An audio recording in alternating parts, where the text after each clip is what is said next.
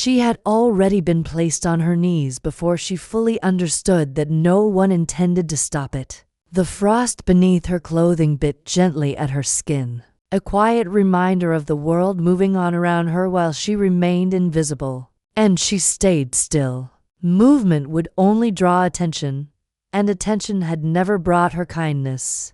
Around her, the wolves formed a wide, unbroken circle. They were quiet, not hostile, yet the stillness between them carried a weight she could feel in her bones. No one spoke, no one whispered, no one reached out. Their eyes, patient but distant, watched her as if she were a lesson in obedience, a shadow they observed out of obligation rather than care.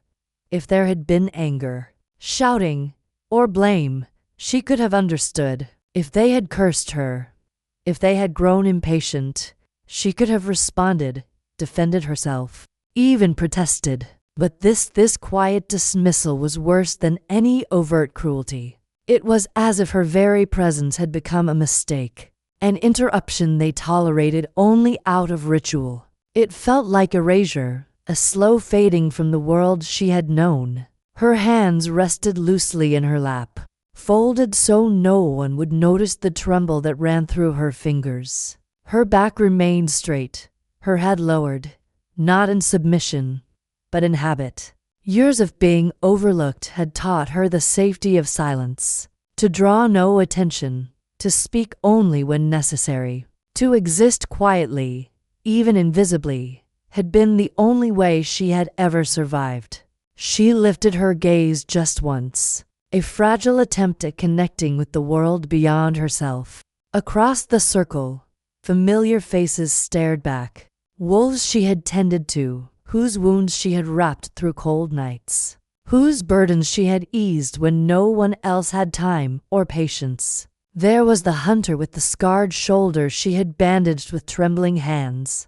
During a moonless night, the elder whose knees had given way on a rough trail, leaning on her arm to steady himself. Even the young guard, who had never thanked her for the meal she had left outside his door during a harsh winter, now a silent shadow in the circle. None of them met her gaze. One by one, their eyes drifted away, leaving her exposed in their quiet judgment. It would have been easier if they had hated her. Hatred was clear. Hatred required response. Hatred could be deflected, faced, or endured. But this indifferent observation was a slow, gnawing kind of pain that she could not fight.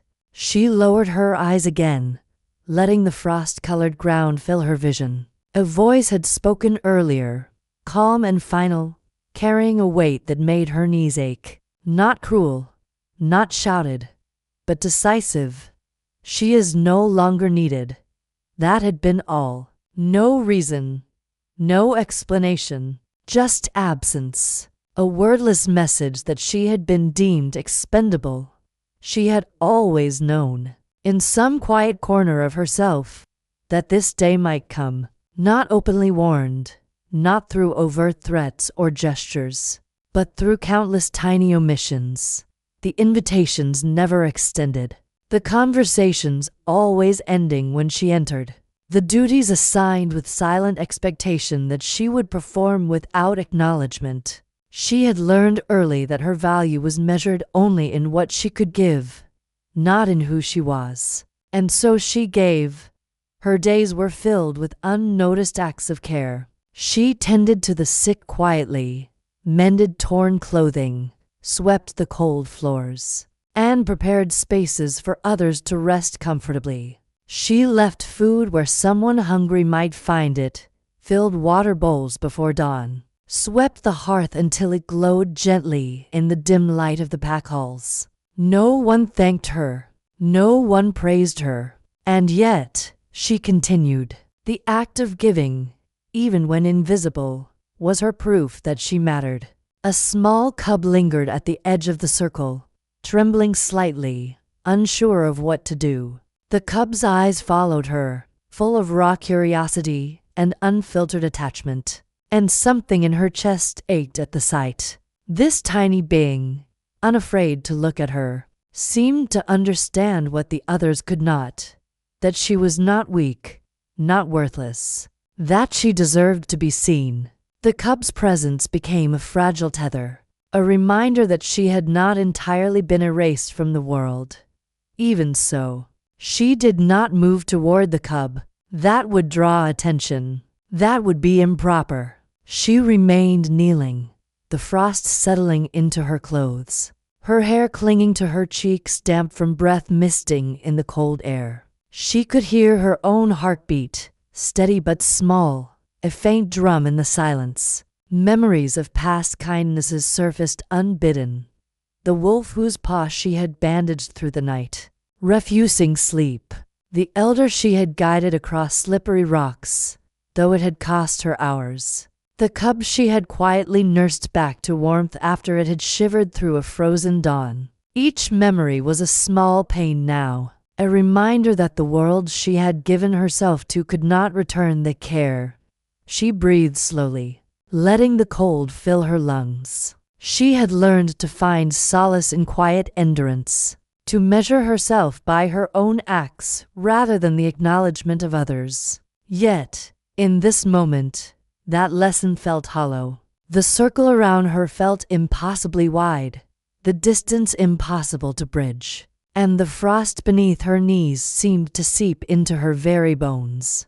The wind whispered across the clearing, stirring the edges of her hair and the hems of her clothes. She imagined the world outside the circle continuing, wolves moving past this ritual, hunting, tending, speaking in voices she would never hear. And she knelt, knowing that her part in it, her very presence, had been deemed unnecessary. The cub whimpered softly, stepping forward, only to be held back by a larger wolf. Its eyes met hers again, pleading, unafraid, and she felt a tug in her chest. A protective, instinctive need flared in her, quiet but undeniable. Despite the weight of rejection pressing down on her, despite the history of being unseen, she could not ignore the small life reaching toward her. Her hands twitched. She wanted to move, to lift the cub into her lap, to whisper reassurances. But the circle waited. The watchers waited. She could not. So she stayed still, letting the silence stretch between them, letting the frost settle, letting the world pass judgment without resistance. And then, as the moment seemed to peak in its finality, a shift came. Not a shout, not a roar, not even a step, just a subtle change in the air, a presence that did not belong to the circle, a weight that did not demand but simply existed. She could not see him yet, could not hear him, yet somehow the silence broke differently, changed in tone. It was no longer accusatory, no longer indifferent. Her breath caught. Something deep and instinctive stirred. The small tether of hope she had held onto through years of quiet suffering stirred as well. Perhaps this time, it would be different. Perhaps she would not remain unseen. The cub pressed closer to the edge of her knee, shivering but alive, and in that simple, trembling contact, she felt the first thread of recognition in months. Something saw her, and then the silence deepened in a new way. Not heavy, not suffocating, but waiting. She did not know it yet, but her life was about to shift. The circle around her, the frost beneath her knees, the quiet judgment of the pack, all of it was about to meet someone who saw without questioning, who acted without harshness, who held power with restraint. For the first time, she did not feel entirely invisible. She stayed on her knees, chest tight, fingers folded, waiting. And in that waiting, for the first time in a long while, she dared to wonder if she might finally be seen. The night came softly, folding the forest in muted shadows, and the whisper of wind through the bare branches. She remained kneeling in the clearing, the frost still clinging to her clothing, though her muscles had stiffened and a dull ache had begun to spread through her knees. The pack had dispersed slowly, leaving her with only the small cub who refused to leave her side. Its tiny presence was a comfort, a fragile tether to something living that had not abandoned her. She had expected the night to pass quietly, as it had so many nights before. But the cub shivered again, pressing closer to her as if sensing a danger she could not yet see. She followed the tremor in its small body with careful hands, brushing the fur along its back and murmuring soft, meaningless words just to anchor it. She had learned early that words were often more for herself than for anyone else. Then she saw it, a thin trickle of blood along the underbrush, faint but unmistakable under the silver light of the moon. Her heart contracted. She knelt, following the line with her eyes, and the cub pressed its small head against her arm. Trembling, whimpering softly, she felt a surge of instinctive fear. Something was wrong, and the pack was nowhere to be seen. The line led her to a small gully where a younger wolf, no older than the cub, had fallen. Its leg was caught in a tangle of roots, bent at an unnatural angle, blood seeping into the snow. Its eyes widened as it saw her, not with accusation, but with desperate trust. Her chest tightened. She knew the rules. She had been told, indirectly, in the sharp edge of ritual, in the silent judging eyes of the pack.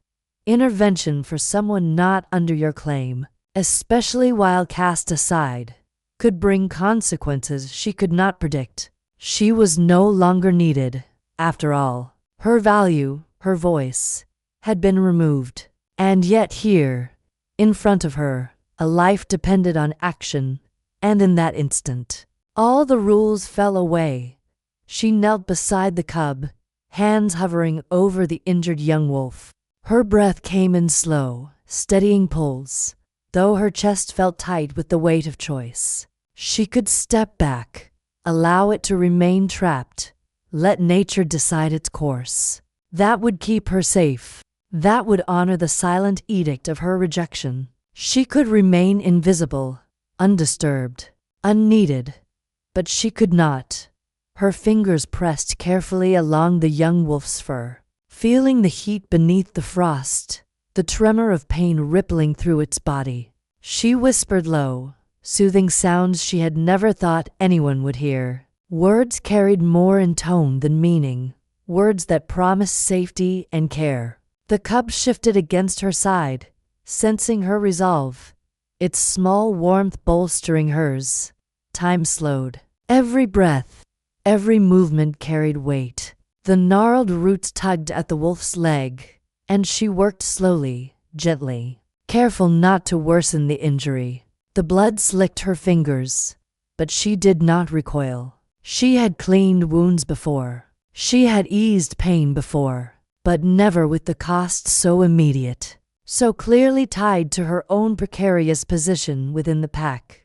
And still, she continued. From the shadows, the faint rustle of the pack approached not in anger, but in cautious observation. Some among them paused, unsure if they should intervene, unsure if this act of care was permitted. She could feel their eyes on her back, their quiet judgment pressing, but she ignored it. She had learned that judgment could be tolerated if it meant doing what was right. Hours seemed to stretch as she worked, the young wolf whimpering softly, eyes flicking to her in trust, and the cub nuzzling her side, insistent that she continue. Slowly, methodically, she eased the leg free from the roots, held it close, murmured to the injured wolf with quiet reassurance, and pressed cloths against the wound. The frost clung to her knees. Her hands began to shake, but she did not stop. She could not. Her chest ached with exertion, her muscles screamed with fatigue. And yet she pressed on. Every touch was deliberate, measured, careful. Every motion an act of patience.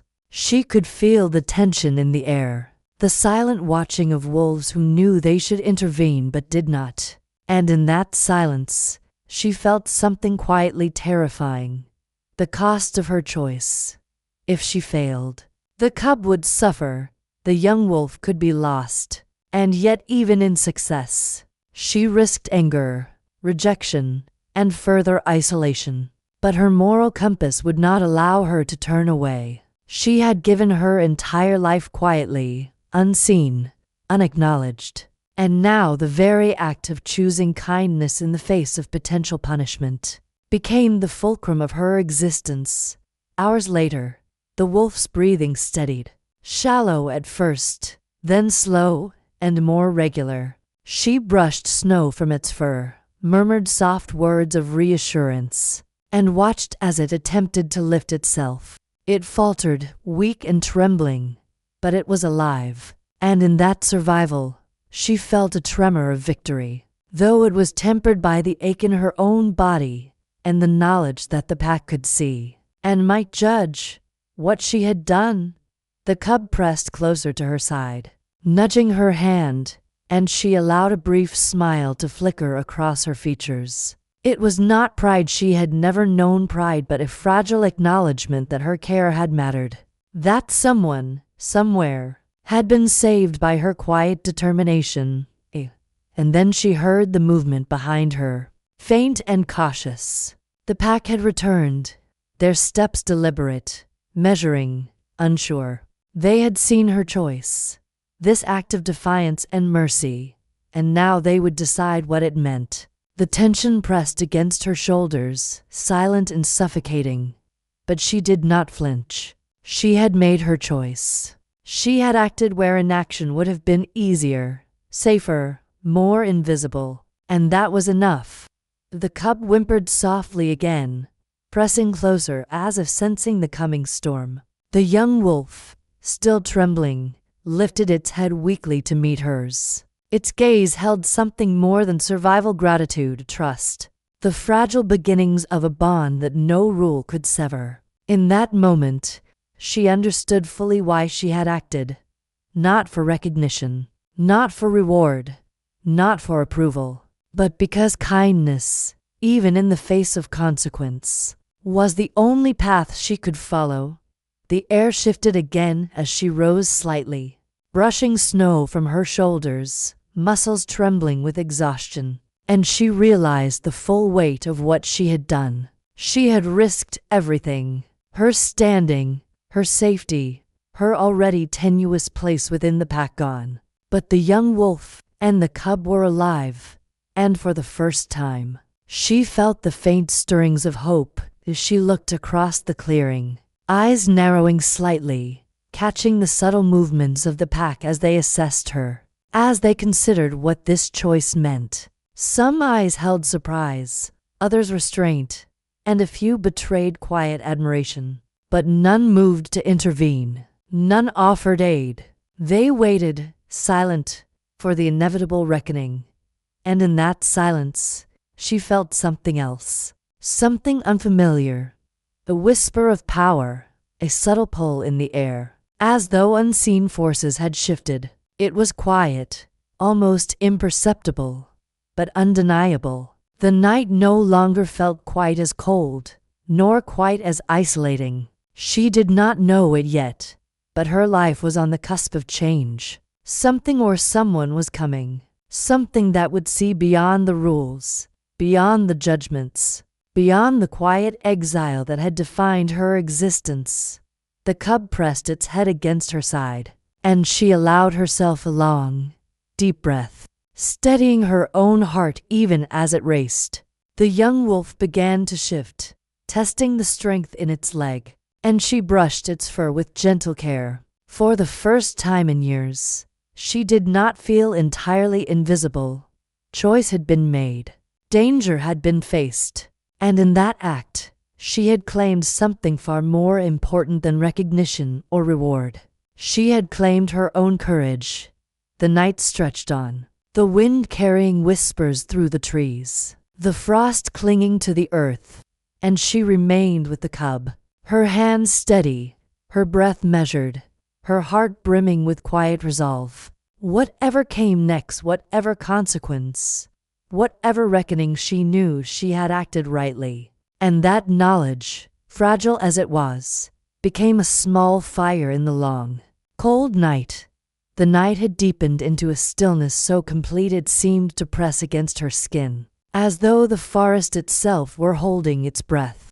The cub had nestled close to her, tiny and trembling, while the young wolf she had saved tried to find strength in its unsteady legs. She remained kneeling beside them, chest heaving, arms aching, and hands still faintly stained with blood that had frozen against the cold. Her body screamed for rest, but the pull of responsibility was stronger than exhaustion. She had acted instinctively, driven by something older and deeper than fear or reason, a sense of duty, of care, of connection. But instinct alone had carried her only this far. The wolf's leg was still fragile, the wound raw, and she knew that it would not hold without further intervention. She had a gift, though one she rarely used, one she had hidden for years, an ability to channel life, to ease pain and stitch strength into the bodies of those who could not mend themselves.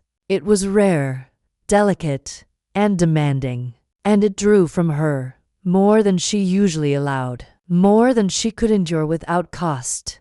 Her fingers hovered above the wound, trembling as she felt the familiar pull of power that demanded concentration, patience, and sacrifice. She breathed slowly, willing herself calm, steadying her mind, her heart, her very being. The cub pressed against her side again, warm and trusting, and she let that warmth anchor her, holding her steady as the cold pressed into her bones. Slowly, she began. Her hands brushed the fur, fingertips radiating gentle heat, subtle energy that seeped into the injured wolf. She felt the strain immediately, the drain of effort pressing against her chest, a dull ache that spread through muscles already tight with fatigue. Her knees protested, her fingers stiffened, and yet she continued. She could not stop now, not while life clung to hers in trust and need. The young wolf whimpered, small sound cutting through the quiet night, and she whispered soft assurances, words that carried no command, only presence. Hold still. I am here. You are safe. The cub whined softly, pressing closer, and she brushed its fur in a circular rhythm, grounding herself. Her gift responded to her intent, weaving calm and strength into the fragile bones and torn sinews. Minutes stretched, each one drawn out, each one a test of her resolve.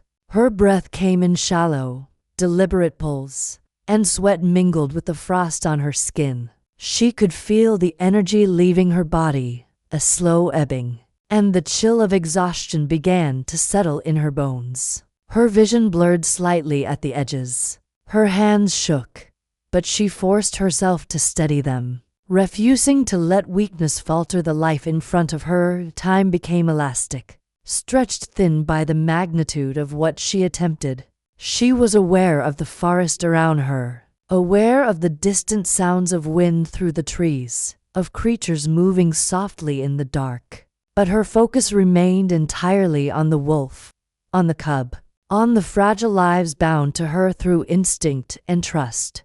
Every heartbeat, every subtle tremor became a measure of her own endurance, a reminder of how far she had come, and how far she would go. The wolf's breathing began to even out, faint but consistent, and she felt a surge of relief tempered by the toll it exacted on her body. Her muscles ached, her head swam with the effort, and her chest felt as if it might collapse inward from sheer exertion. She closed her eyes briefly, allowing herself a momentary pause, letting her hands remain on the wolf, fingers gently resting, guiding, sustaining it. The cub shifted against her side, nuzzling her arm, and she allowed herself the barest whisper of acknowledgement. You are safe, she breathed, more to steady herself than the creatures before her. Her body trembled with exhaustion now, and a sharp dizziness prickled the edge of her vision. The gift she wielded demanded payment, and she could feel it now, drawing not just from strength, but from life itself. Her knees burned, her hands shook, and her breath came unevenly. The forest seemed to tilt around her, shadows elongating and contracting in the corners of her vision. She pressed a hand to the snow beneath her, bracing herself, even as her consciousness wavered. She had never gone this far before, had never drawn so completely from herself. And yet she could not stop. Not while trust and life depended on her. The young wolf's eyes, bright and aware, looked up at her. The trust there, raw and unguarded, pierced her heart. She could not fail. She would not fail. And so she continued, whispering soft words, hands steady even as her body threatened to collapse. Her mind began to slip at the edges, moments of clarity breaking into hazy thoughts. And yet through it all, she held her focus. The cub pressed closer, tiny paws kneading at her sleeve, and she let herself feel the warmth, the weight of the bond she had never known before. It was small, fragile, and yet it grounded her, allowing her to continue despite the physical drain, the exhaustion, and the creeping darkness at the edges of her consciousness.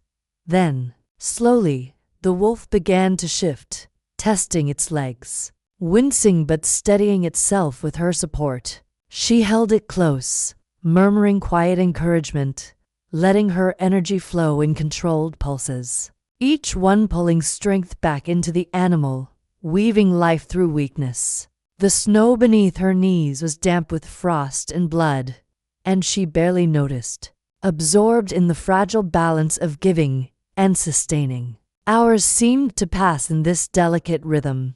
The forest waited. The moon traced slow arcs across the sky. Every muscle, every fiber of her being cried out for rest. But she pushed through, driven by a quiet force, a moral certainty that she could not abandon those who trusted her. Her body ached unbearably, but her mind remained resolute. She would see this through, no matter the cost.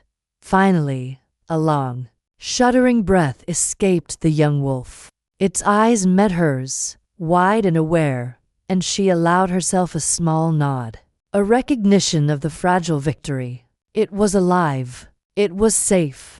The cub pressed against her side, small and unrelenting, and she allowed a faint, trembling smile to cross her lips. Relief washed over her in a quiet, trembling wave.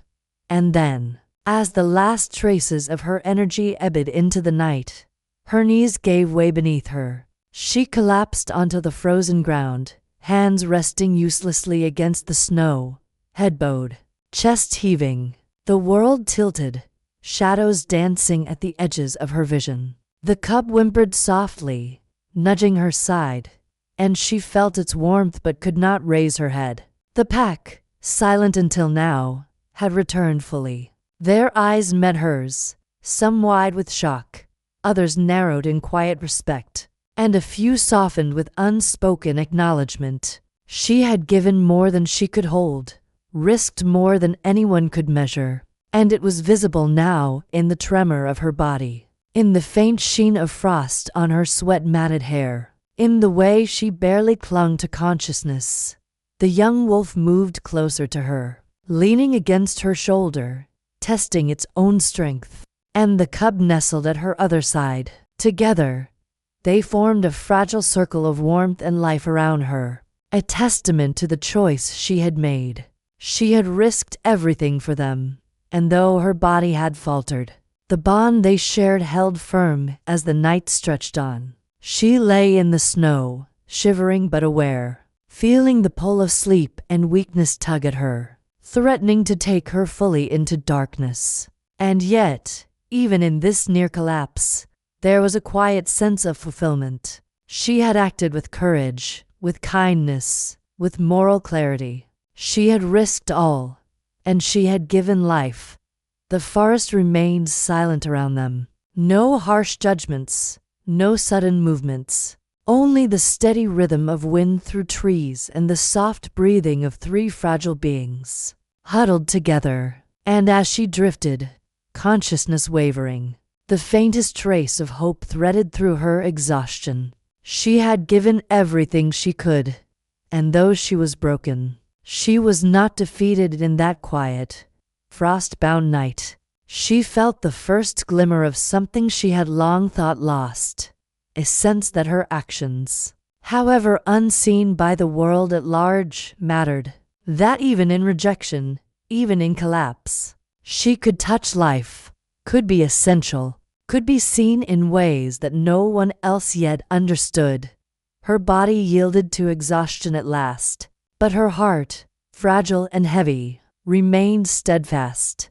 The cub and the young wolf, both alive because of her, pressed close, small bodies warm against her own, and she closed her eyes. The forest watched in stillness, as if it, too, understood the magnitude of her sacrifice, and there, in the cold and quiet, she surrendered to the deep sleep that pulled her down, body trembling, mind racing, heart full of unspoken devotion. She had given everything she had, and for the first time, she felt the weight of her quiet strength, the depth of her endurance, and the fragile, unspoken bond she had forged with the lives around her.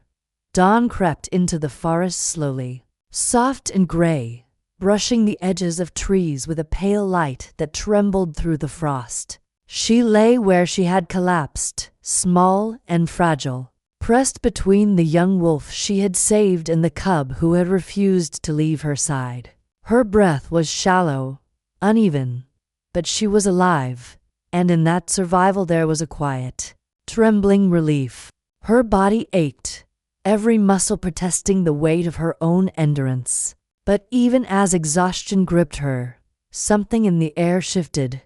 He appeared quietly, not with thunderous steps or loud declaration, but in the subtle alteration of the morning, a presence that demanded attention without demanding movement. She did not see him at first, only felt the weight, the careful balance of power and restraint that seemed to pull the edges of the forest toward him. The pack had already begun to stir, some lingering in uncertain observation, others frozen in respect, but he alone commanded the space without a word. Her heart, ragged from the night's exertion, thudded softly, a small, insistent beat in her chest. She knew, without looking, that he was not there to punish or judge. His presence did not carry the heavy weight of expectation that the pack had used to mark her as unnecessary. Instead, it was quiet authority, careful and measured, filled with awareness, protection, and an attention that seemed to notice every tremble in her body, every shallow breath, every flicker of expression. Slowly, almost reverently, he approached. The cub stirred, pressing closer to her, small paws kneading the snow and frost at her side. She felt the tension in her muscles shift, a subtle reassurance in the careful energy around her. The young wolf, still weak but standing, looked to him as well, sensing his intent to preserve, not command. He knelt slowly, a gentle presence in the quiet clearing, letting the cub and the young wolf move without fear or interference. The pack watched from the edges, silent and restrained. None stepped forward, none spoke. Their previous judgment hung in the air like fog, but it did not touch him, and in that separation, she felt the first thread of safety she had known in years. She could breathe, carefully, tentatively, without the immediate fear of dismissal or harm. Her chest rose and fell unevenly as he studied her, not with expectation, not with question, but with a quiet assessment that pierced through the years of neglect and invisibility she had endured. He saw the faint frost on her hair, the blood-stained hands, the trembling knees, and the exhaustion etched into her every line. And yet, he saw something beyond the immediate, beyond the fatigue, beyond the sacrifice. He saw the strength that had carried her through the night, the quiet courage that had defied the pack, the instinctive care that had nurtured life even when she herself was nearly broken. She could not speak. Her voice had deserted her long ago, worn out by years of quiet endurance. But she felt him, in every measured movement, in the calm that rippled through the air, in the unspoken acknowledgement that what she had done was not unnoticed. He moved to range the cub and the young wolf, ensuring their safety, gently correcting positions, and all without touching her, without demanding acknowledgement, without claiming the credit for what she had risked. The healer, an older figure who had long observed her quietly, appeared behind him. Their eyes met briefly, a small, knowing acknowledgement passing between them. The healer did not speak, but the message was clear. She had given more than she could bear, and the significance of her gift, her courage, and her compassion was now seen, fully, even if the pack itself had yet to recognize it.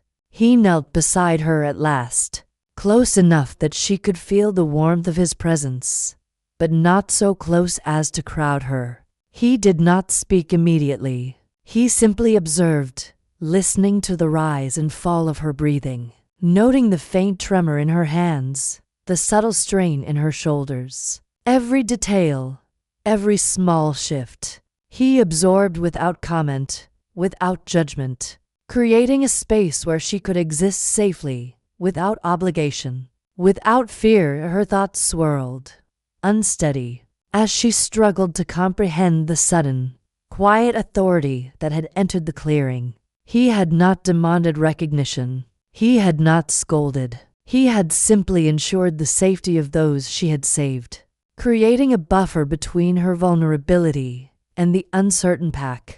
For the first time, she felt that the risk she had taken was acknowledged not as a mistake, not as a transgression, but as the extraordinary act of someone capable and morally steadfast.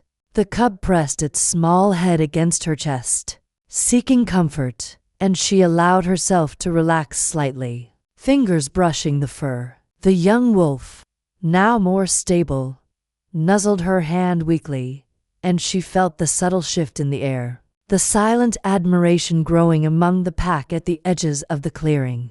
But it was not him who demanded their attention. He remained still, patient, letting her see the space had been made, letting her feel the safety she had never known. Minutes passed. Time seemed to fold into itself, slow and deliberate. The healer stepped forward briefly, offering water for the young wolf and the cub, their movements precise and quiet, then retreated without a word. She realized, with a startled clarity, that she had not been dismissed. She had not been erased.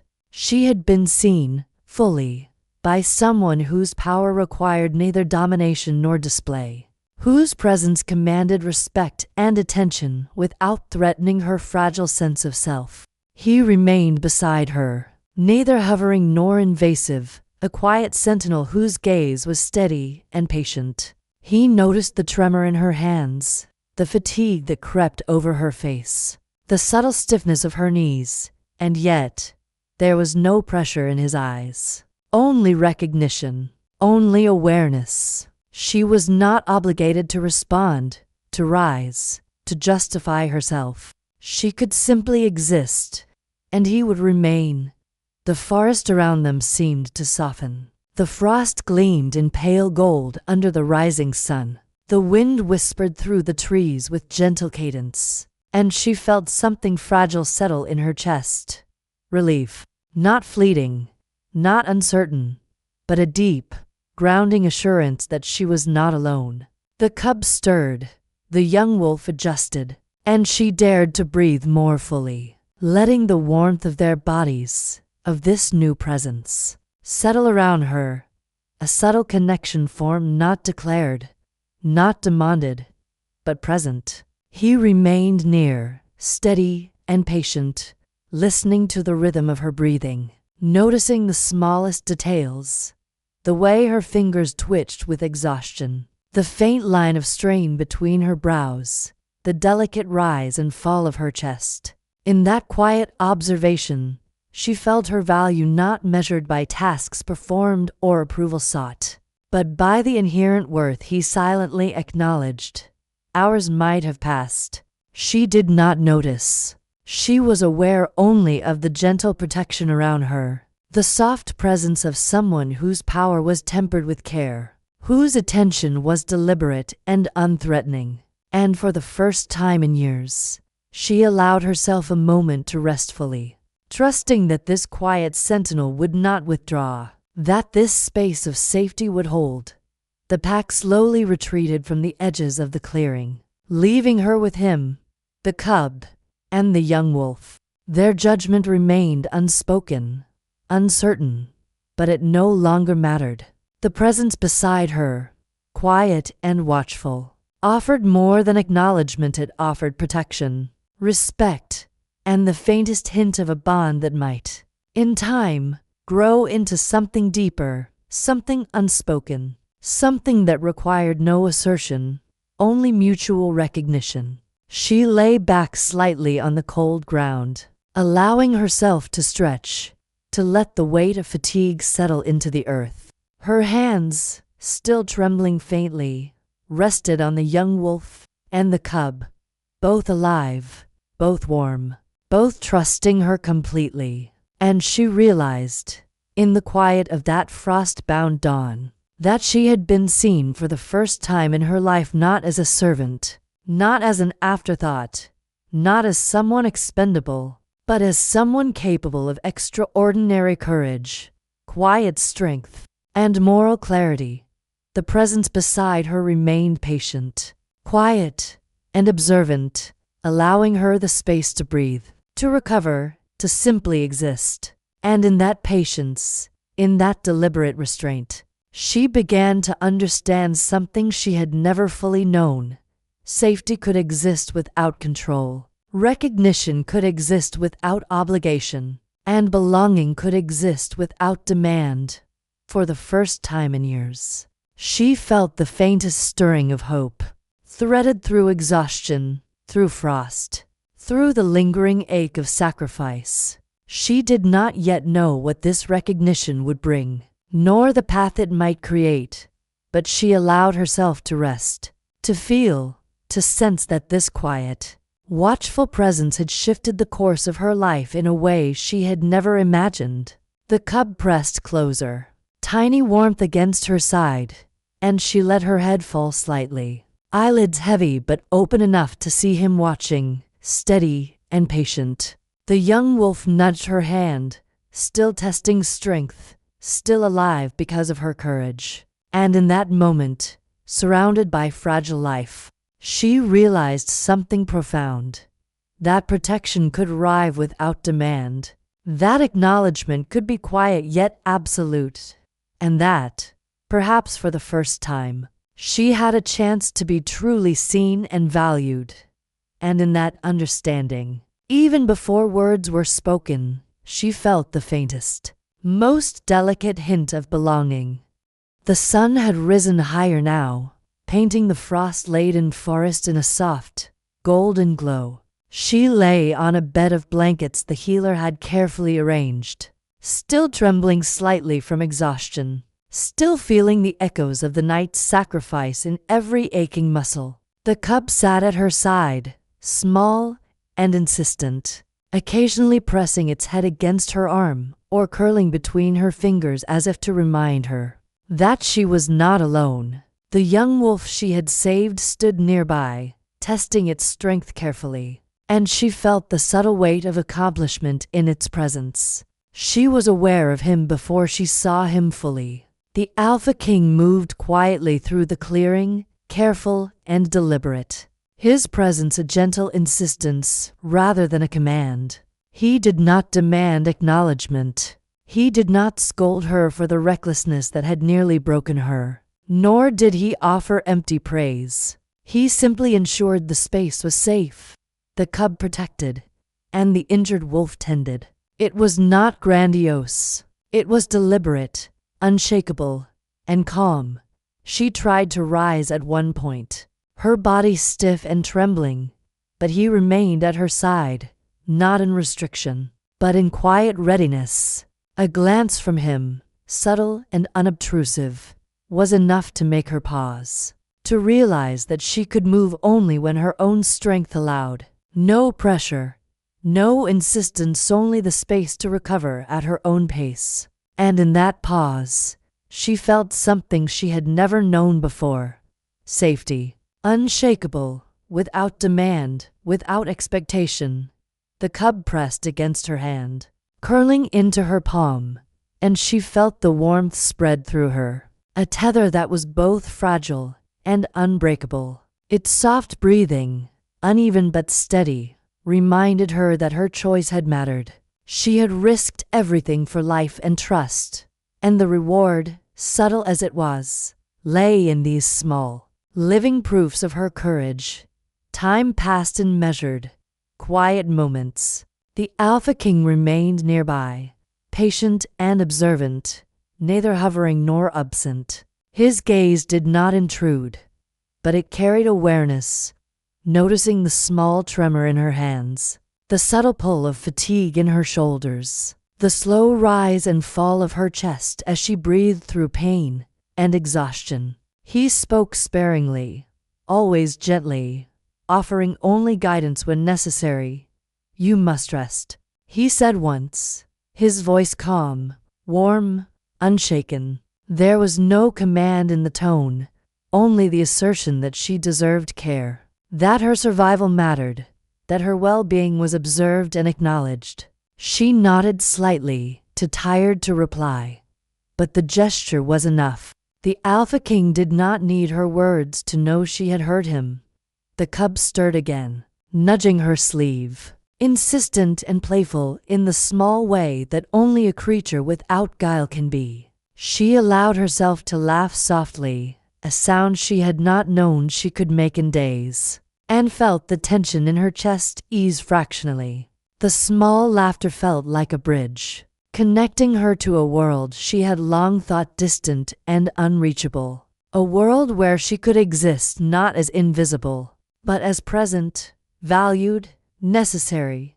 The Alpha King's eyes followed the movement of the cub, a faint, almost imperceptible curve to his lips. He did not intervene, did not take control of the moment, but he observed with patience, allowing her the space to rebuild a fragile confidence in her own actions. Every small gesture, the cub curling into her lap, her hand brushing over its fur, the young wolf shifting closer, was acknowledged, not commandeered, and she felt the weight of that patient observation as a gift.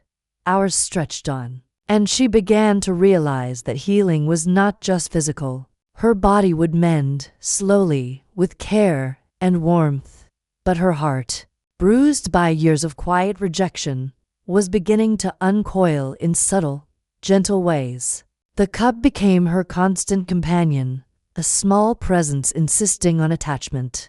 Unafraid and unashamed, it pressed against her when she hesitated, nudged her hand when she lingered, and in that relentless, innocent insistence, she felt trust bloom again. The Alpha King remained near, a quiet sentinel, his presence unthreatening, unpossessive, yet unmistakably steady. He spoke only when necessary, guiding the cub or the young wolf, offering silent support to her, and always, always giving her the space to choose each movement, each word, each moment of interaction. He did not claim her. He did not demand her attention or loyalty. He only observed, protecting and acknowledging, allowing her to rebuild a fragile sense of self, and slowly, almost imperceptibly, a bond began to form, not through force, not through dominance, but through shared care, mutual respect, and patient observation. She noticed small things, the way he adjusted his stance so the cub could approach her without fear, the subtle nods when she made a decision, the quiet acknowledgement when she moved without prompting. Each small gesture reinforced the fragile thread of trust that had begun to weave between them. The cub, sensing the developing connection, became more confident, climbing onto her lap, curling into her arms, insisting with tiny nudges and soft whimpers that she was to be trusted, that she was safe, that she belonged. She responded in kind, brushing its fur, murmuring soft, meaningless words that were weighted with intent, filled with care and presence. The Alpha King observed, never interfering, letting the bond develop without pressure, without claim, without force. Even the young wolf, now more stable, tested the waters of attachment. It would nuzzle her hand, rest its head lightly against her knee, glance toward the Alpha King as if seeking permission before fully relaxing.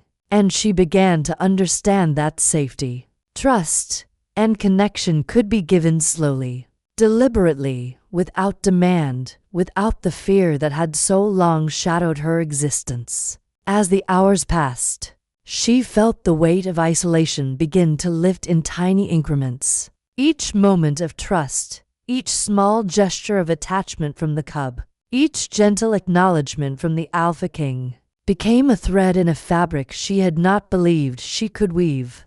The beginning of belonging, built on choice, on recognition, on care given and received freely. She realized, quietly, that she was being seen not for what she did, not for what she gave, but for who she was. The Alpha King's presence reinforced that truth. He observed, acknowledged, and allowed her to exist without imposing demands. She had acted with courage, with moral clarity, and with compassion, and now, for the first time, those qualities were reflected back at her in a way that felt tangible, supportive, and enduring.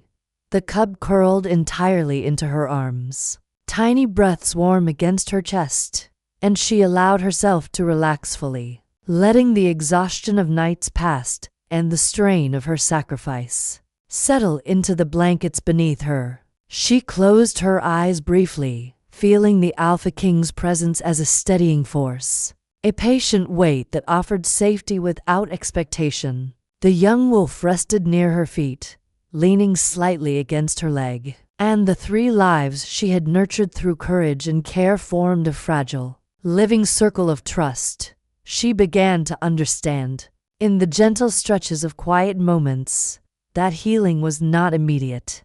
Her body would mend over days, the ache of exhaustion would fade, and the frost of isolation would thaw slowly. But this day, this morning, this presence, this fragile bond, was the first step toward something she had long thought impossible, a space where she could exist fully, be seen, and be trusted without fear. And in that slow, measured realization, she felt something she had not dared to hope for in years. The faint, undeniable stirrings of home. The Alpha King did not claim it, did not force the connection, but his patient presence, his awareness, and the unspoken protection he offered allowed her to feel a fragile belonging. The cub and young wolf were bridges, connectors, small reminders that life had meaning, that her choices had impact, that love, even in its simplest forms, could be safe and unthreatening. She moved slightly, adjusting herself to cradle the cub more fully, and he remained nearby, observing, silent, steady. The young wolf nudged her hand once more, testing the renewed strength in its body, and she felt the quiet satisfaction of lives preserved through care and moral courage. And in the soft, golden light of the forest, she realized that trust was growing, slowly, deliberately, and that the bonds she had forged through sacrifice and patience were beginning to solidify into something enduring. Hours passed, and the Alpha King did not leave. He did not hover unnecessarily, nor did he demand attention.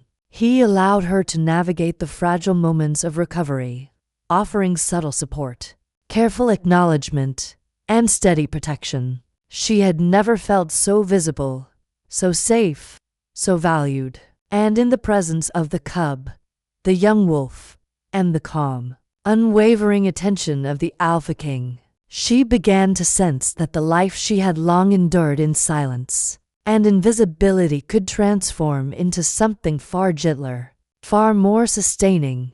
She allowed herself a slow exhale, a breath she had not realized she had been holding. The frost glistened softly in the morning light. The cub stirred in comfort, and the young wolf leaned closer, testing its newfound stability. And in that moment, she understood fully that trust, care, and patience given freely and without demand were the foundation of belonging, of healing, and of quiet, enduring love. The forest had softened under the weight of the day, sunlight filtering gently through frost-dusted branches, painting long, pale patterns across the blankets where she lay. The cub stirred at her side, small paws kneading at her sleeve, insistently seeking warmth and comfort. The young wolf she had saved shifted closer, its breathing steady now, trusting, alive because of her unwavering care. She stretched carefully, muscles still stiff, body still weary, but her heart had begun to feel something it had not known in years.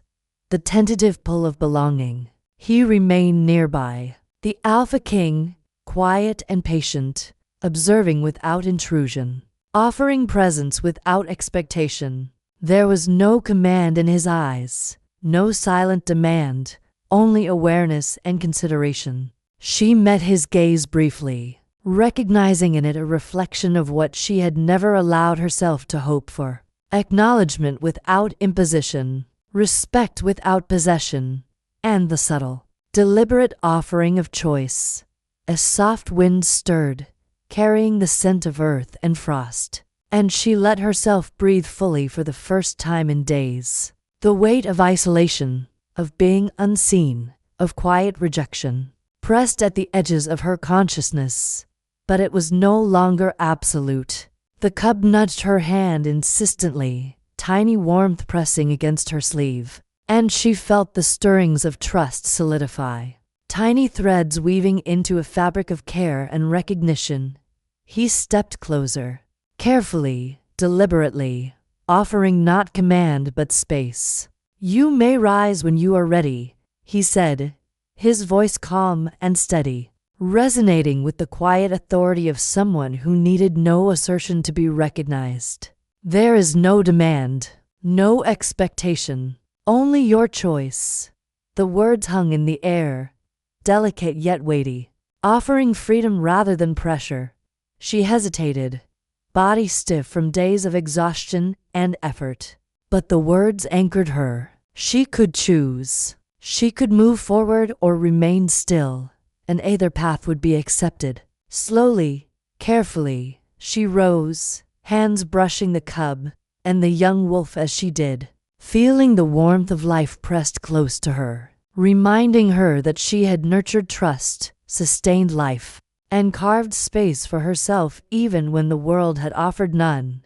The Alpha King watched, attentive but patient, his presence a steadying force rather than an imposition. He did not reach for her, did not claim her attention, did not assert dominance. He only remained, calm and composed, letting her take each step on her own terms. And with each movement, each breath, each subtle shift in posture, she began to understand the depth of freedom in choice, the quiet power of being seen and allowed to act without coercion.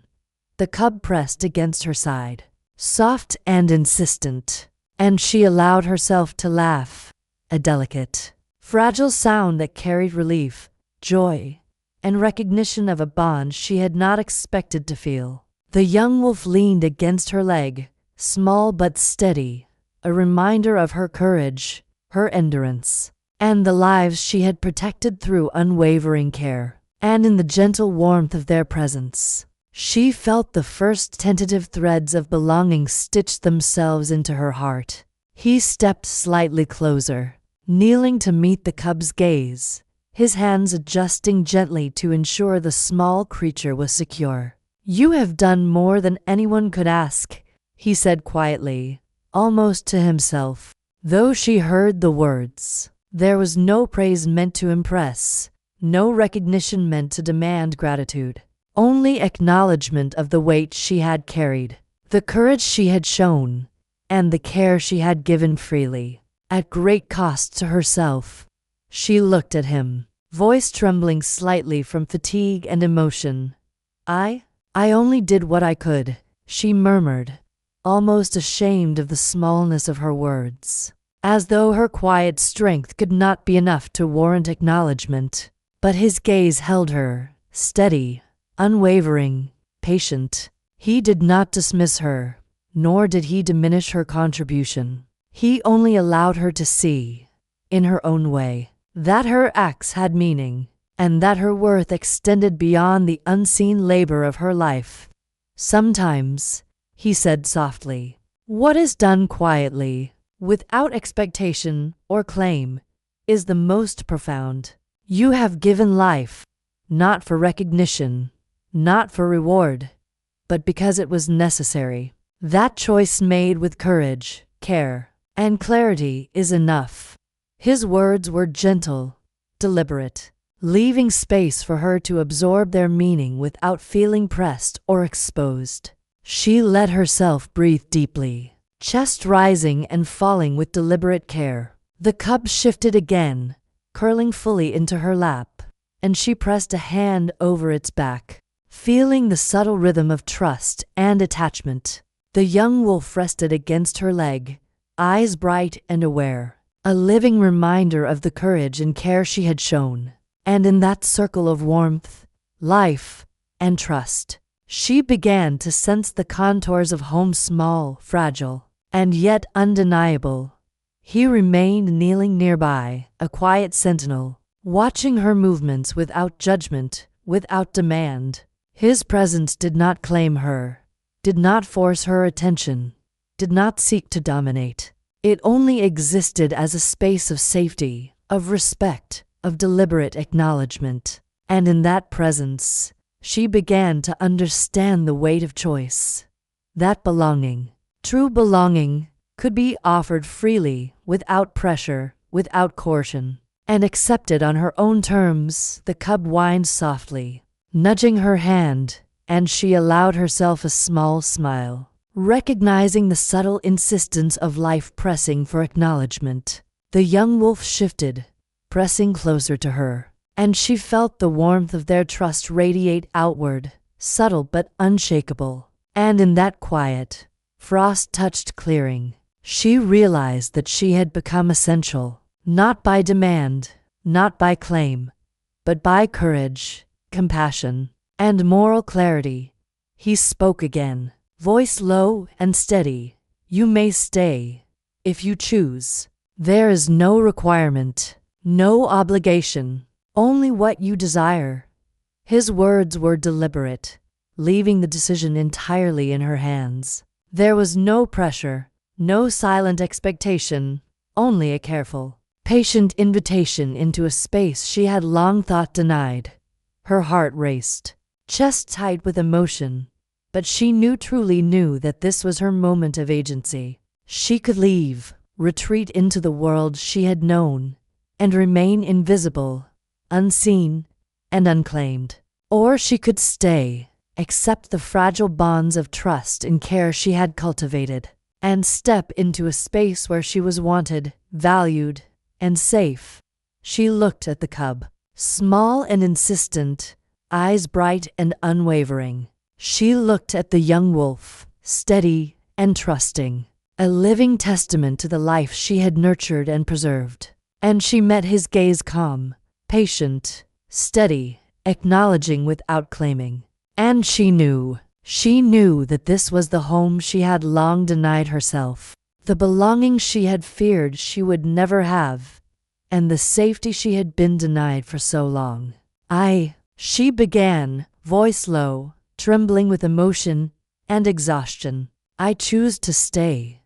The words were simple, deliberate, and wholly her own. There was no drama, no grand declaration, only the quiet, steady assertion of her agency. She had chosen freely, guided by her heart, her courage, and the bonds she had nurtured through patience, care, and sacrifice.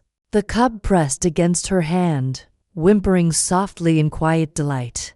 The young wolf leaned fully into her leg, eyes closed in trust. And he, Alpha King, sentinel, observer, stepped closer, offering subtle acknowledgement, not claim, not assertion, only recognition. In that calm, deliberate space, he allowed her decision to be hers alone, reinforcing the trust, the care, and the safety that had been woven around her so carefully. She let herself breathe fully, chest rising and falling, heart steadying.